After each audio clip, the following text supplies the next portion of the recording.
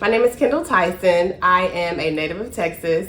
I'm a licensed psychotherapist, supervisor. I'm a professional school counselor, and I currently reside in Beijing, China. I am going to be the head of counseling for the high school at the International School of Beijing. And one of the things that I love most about being a counselor in the international school, I've been doing this for a few years, is that I really get the opportunity to connect with people from all over the world. I get to listen to their stories, learn who they are in their cultural context, and identify all of the connections that we have.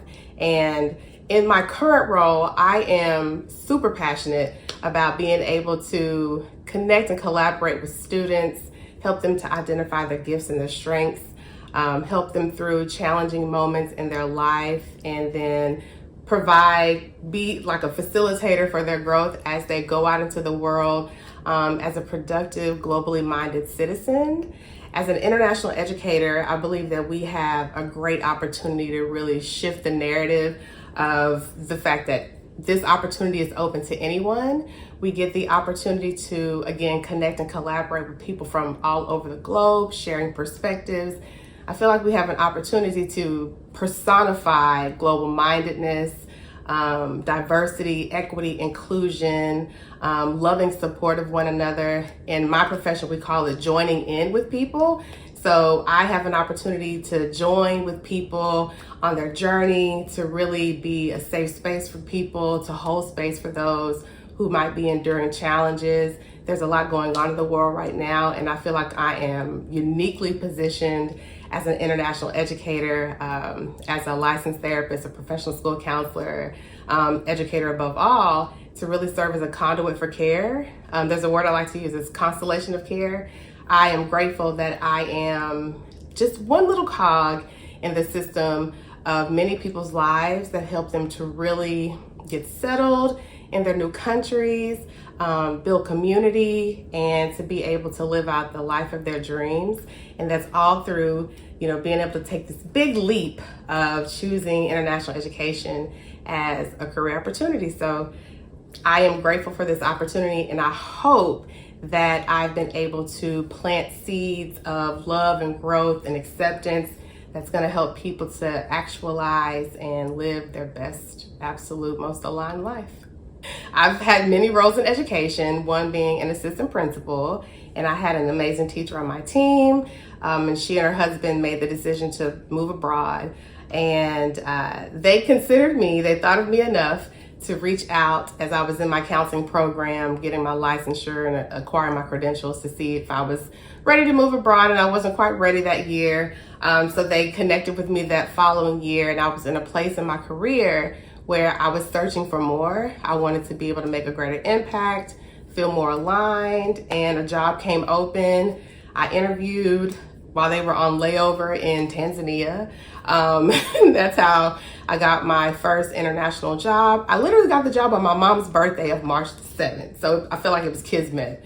And I've been abroad since August 2018, and it has been one of the best opportunities for growth, for development, challenging, but very worthwhile. I am in my role as a licensed psychotherapist. Mental health is the umbrella that I do everything under. And there was one day I was having a conversation with a friend, and we were talking about mental health and being an international educator and the joys and challenges that comes along with that. And I just had this idea at 3:00 in the morning, I need to start a podcast.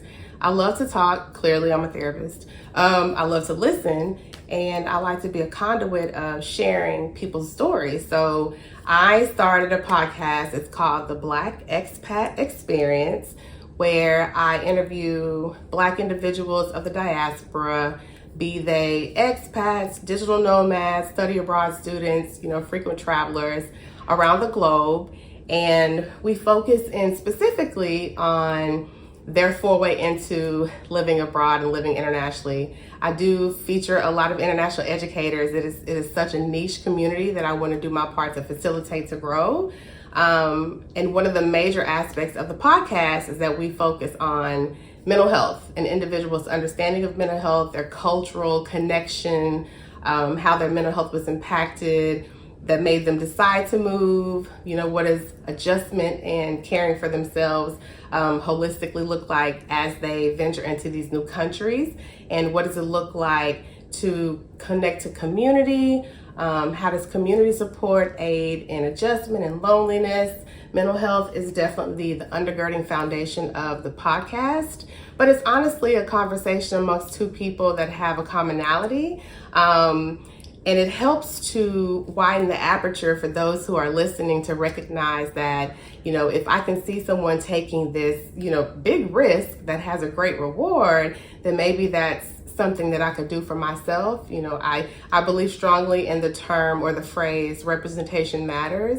And I know that if we're able to envision others and see others in a role that maybe we've not known that we have the opportunity to be in, it makes it that much easier when we can visualize it to possibly lay the groundwork, set some goals, and actualize that for ourselves. So I call myself a professional storyteller, and we focus on mental health and expat living.